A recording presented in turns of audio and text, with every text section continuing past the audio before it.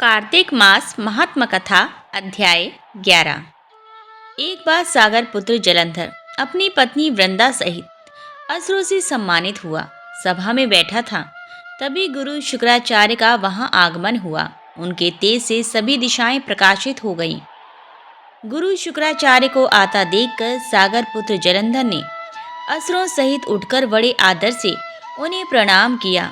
गुरु शुक्राचार्य ने उन सबको आशीर्वाद दिया। फिर जलंधर ने उन्हें एक दिव्य आसन पर बैठाकर स्वयं भी आसन ग्रहण किया। फिर सागर पुत्र जलंधर ने उनसे विनम्रता पूर्वक पूछा, हे गुरुजी, आप हमें यह बताने की कृपा करें कि राहु का सिर किसने काटा था। इस पर दैत्य गुरु शुक्राचार्य ने विरोचन पुत्र हिरण्यकश्यपु और उसके धर्मात्मा पौत्र का परिचय देकर देवताओं और असुरों द्वारा समुद्र मंथन की कथा संक्षेप में सुनाते हुए बताया कि जब समुद्र से अमृत निकला तो उस समय देव रूप बनाकर राहु भी पीने बैठ गया। इस पर इंद्र के पक्षपाती भगवान विष्णु ने राहु का सिर काट डाला।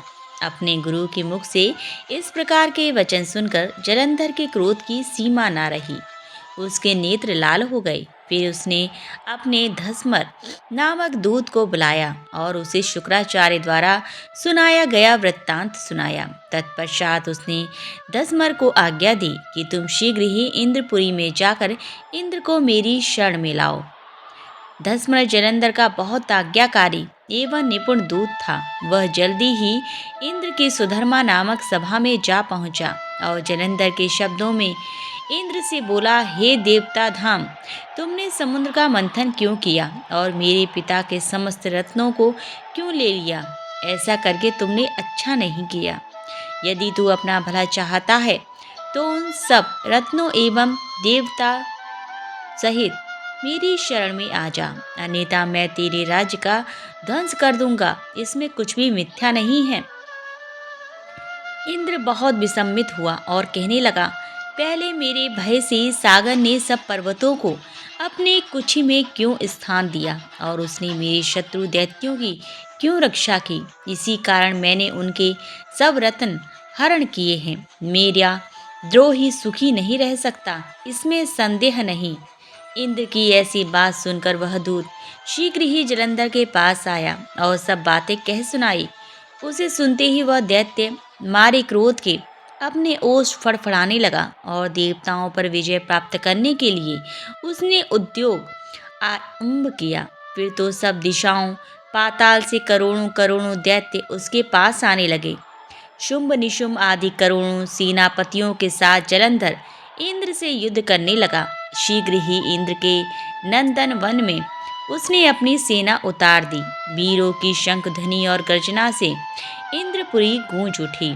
अमरावती छोड़ देवता उससे युद्ध करने चले गए और भयानक मार काट हुई। असुरों के गुरु आचार्य शुक्र अपनी मृत संजीवनी विद्या से और देव गुरु बृहस्पति द्रोणागिरी से औषधि लाकर जिलाते रहे। इस पर जलंधर ने क्रुद्ध होकर कहा कि मेरे हाथ से मरे हुए देवता जी कैसे जाते हैं। जिलाने वाली विद्या तो आपके पास है। इस पर शुक्राचार्य ने देव गुरु द्वारा द्रोणाचार्य से औषधि लाकर देवताओं को जिलाने की बात कह दी। यह सुनकर जलंधर और भी कुपित हो गया। फिर शुक्राचार्य जी ने कहा, यदि शक्ति हो तो द्रोणागिरी को उखाड़कर समुद्र में फेंक दो, तब मेरे कथन की सत्यता प्रमाणित हो जाएगी। इस पर जलंधर कुपित होकर जल्द ही द्रोणागिरी पर्वत के पास पहुंचा और अपनी भुजाओं को पकड़कर द्रोणागिरी पर्वत को उखाड़कर समुद्र में फेंक दिया। यह तो भगवान शंकर का तेज था, इसमें जलंधर की कोई विचित्रता नहीं थी। तत्पश्चात यह सागर पुत्र युद्ध भूमि में आकर बड़ी तीव्र गति से देवताओं का संहार करने लगा। जब द्रोणाचार्य जी औषधि लेने गए तो द्रोणाचल को उखड़ना हुआ शून्य पाया। वह भयभीत हो देवताओं के पास आए और कहा कि युद्ध बंद कर दो, जलंधर को अब नहीं जीत सकोगे।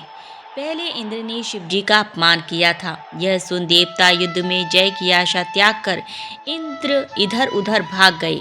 सिंधु सुध निर्भय हो अमरावती में घुस गया। इंद्र आदि सब देवताओं ने गुफाओं में शरण ली।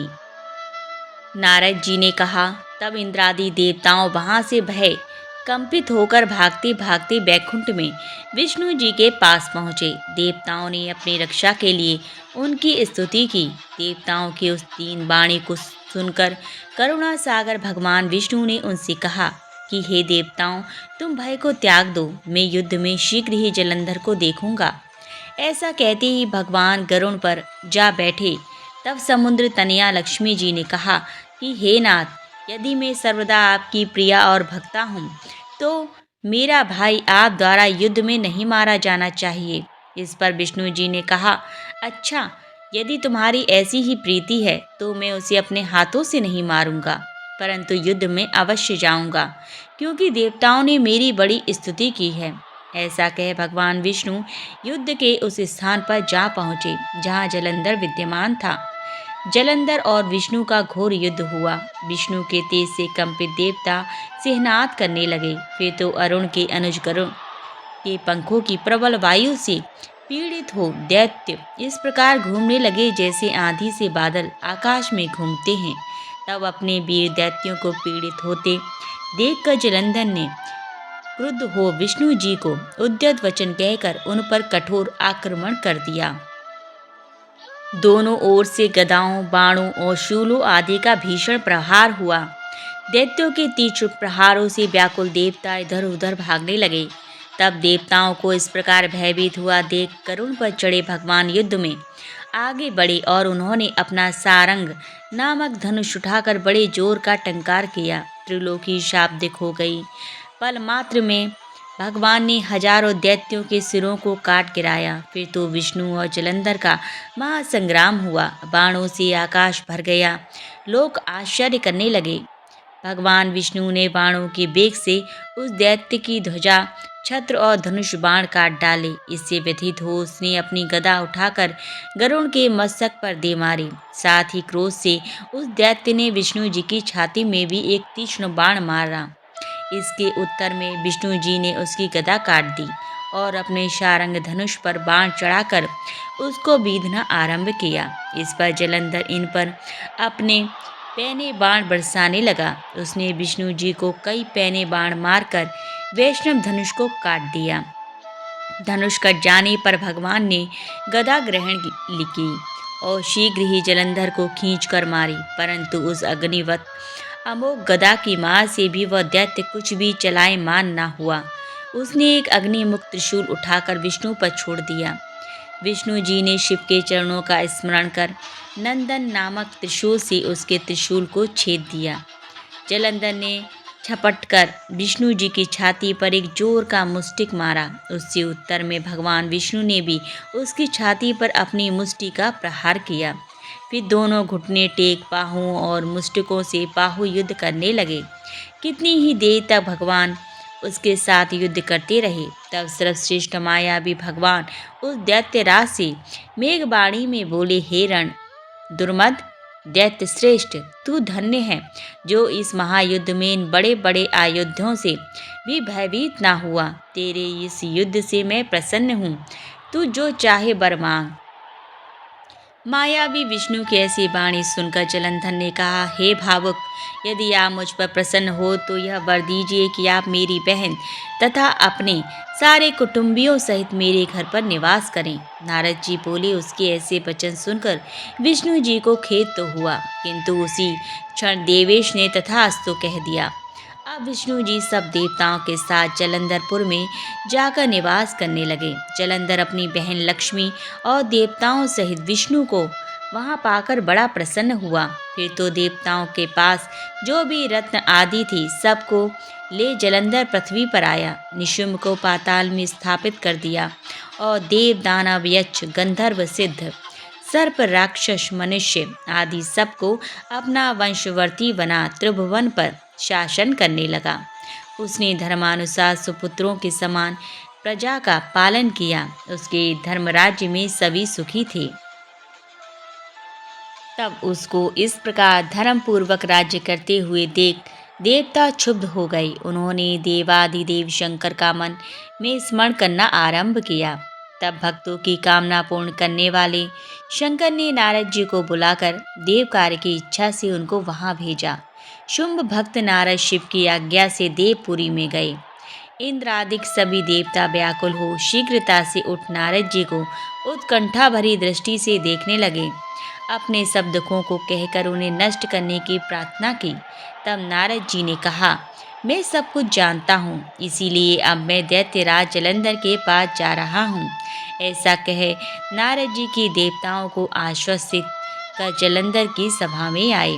जलंधर ने नारद जी के चरणों की पूजा कर हंसते हुए कहा, हे ब्राह्मण, कहिए आप कहाँ से आ रहे हैं, यहाँ कैसे आए हैं? मेरी योग्य जो सेवा हो उसकी आज्ञा दीजिए। नारद जी प्रसन्न होकर बोले, हे महाबुद्धिमान जलंधर, तुम धन्य हो। मैं स्वेच्छा से कैलाश पर्वत पर गया था, जहाँ 10,000 योजनों में कल्प वृक्ष का वन है। वहाँ मैंने सैकड़ों कामधेनुओं को विचरते हुए देखा तथा ये भी देखा कि वह चिंतामणि से प्रकाशित परम दिव्य अद्भुत और सब कुछ स्वर्णमय है। मैंने वहां पार्वती के साथ स्थित शंकर जी को भी देखा, जो सर्वांग सुंदर गौर वर्ण त्रिनेत्र और मस्तक पर चंद्रमा धारण किए हुए हैं। उन्हें देखकर मुझे बड़ा आश्चर्य हुआ कि इनके समान समृद्धिशाली त्रिलोकी में कोई है या नहीं। हे दैत्येंद्र, उसी समय मुझे तुम्हारी स्मृति का स्मरण हो आया और उसे देखने की इच्छा से ही मैं तुम्हारे पास चला आया हूँ। यह सुनकर जलंधर को बड़ा हर्ष हुआ। उसने नारद जी को अपनी सब समृद्धि दिखला दी। उसे देख नारद जी ने जलंधर की बड़ी प्रशंसा की और कहा कि निश्चय ही तुम त्रिलोकपति होने के योग्य थे।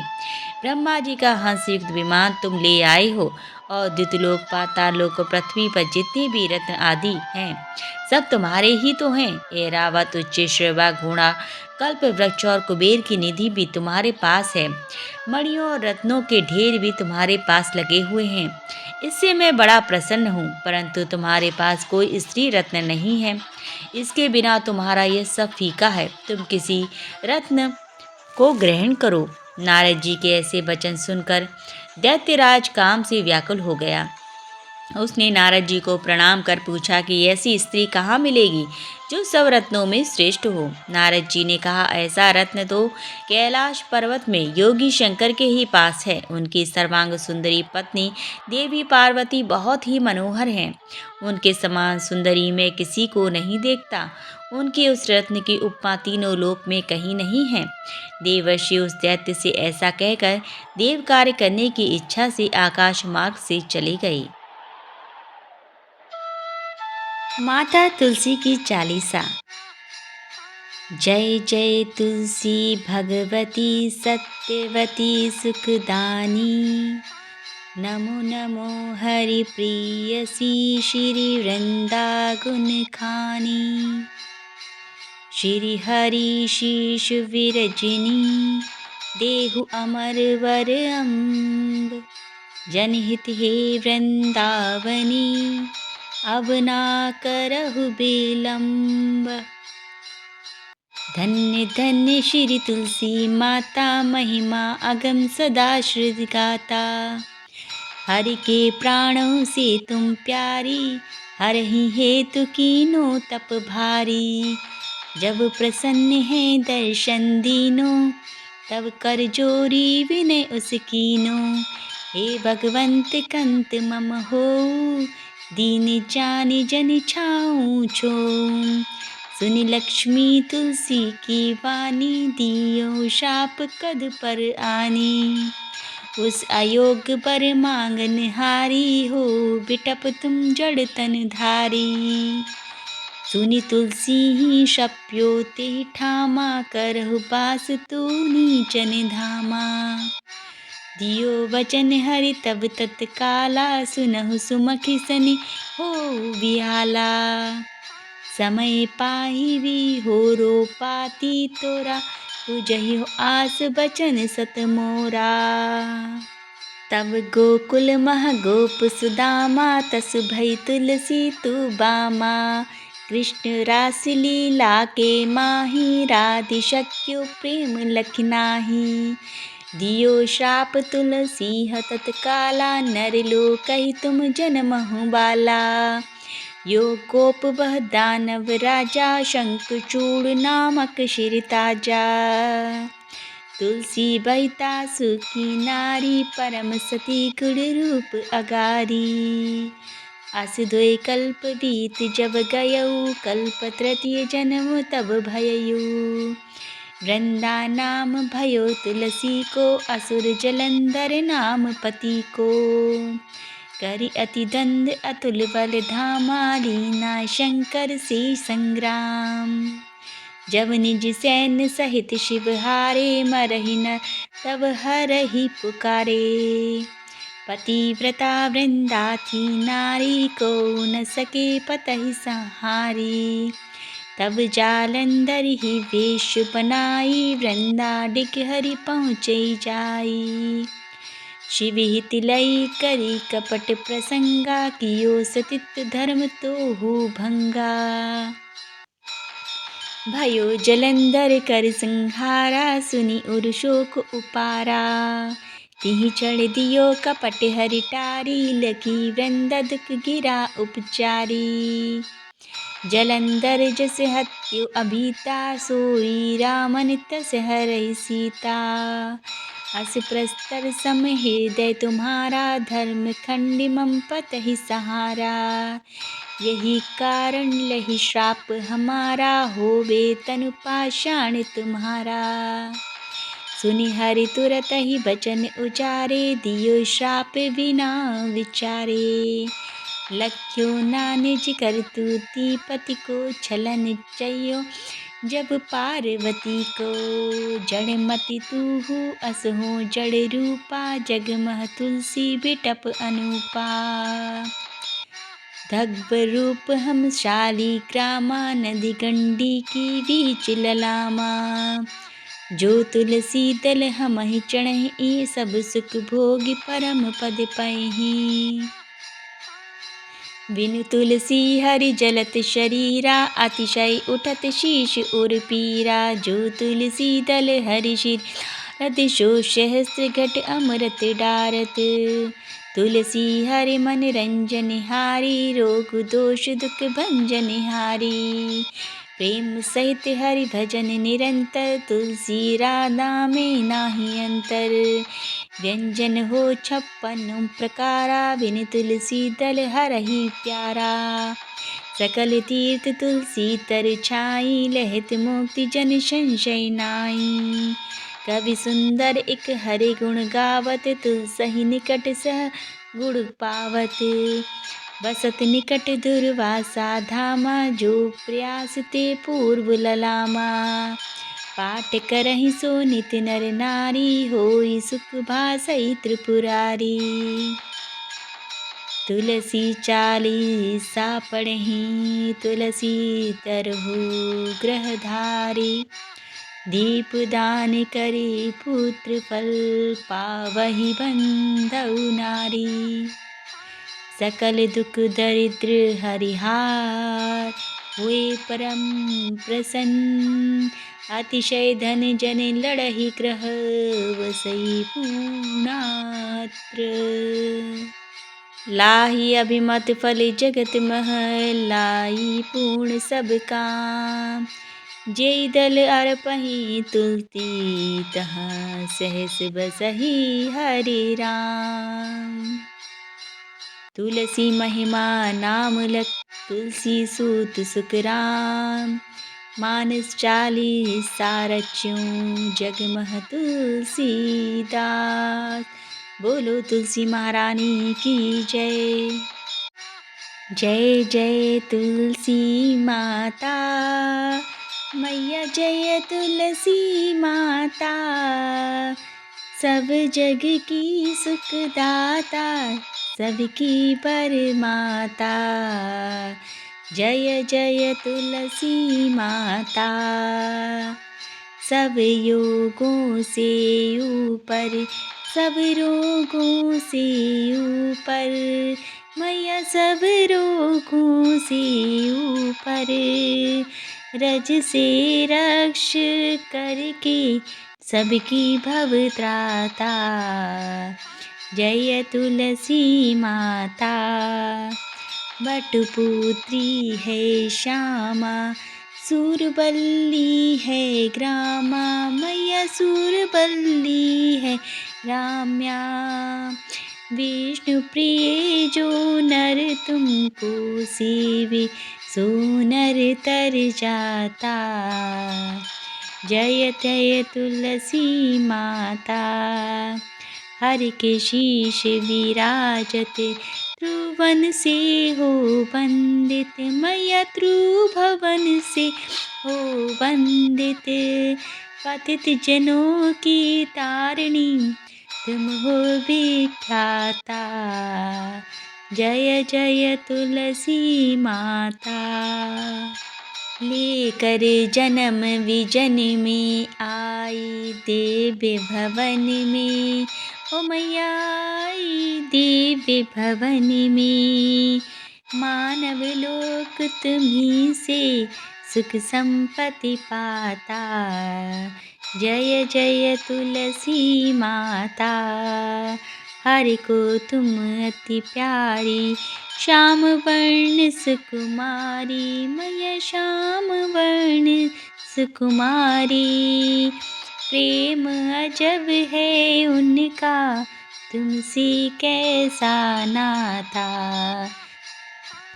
मैया तुमसे कैसा नाता, हमारी विपत हरो तुम, कृपा करो माता, मैया कृपा करो माता।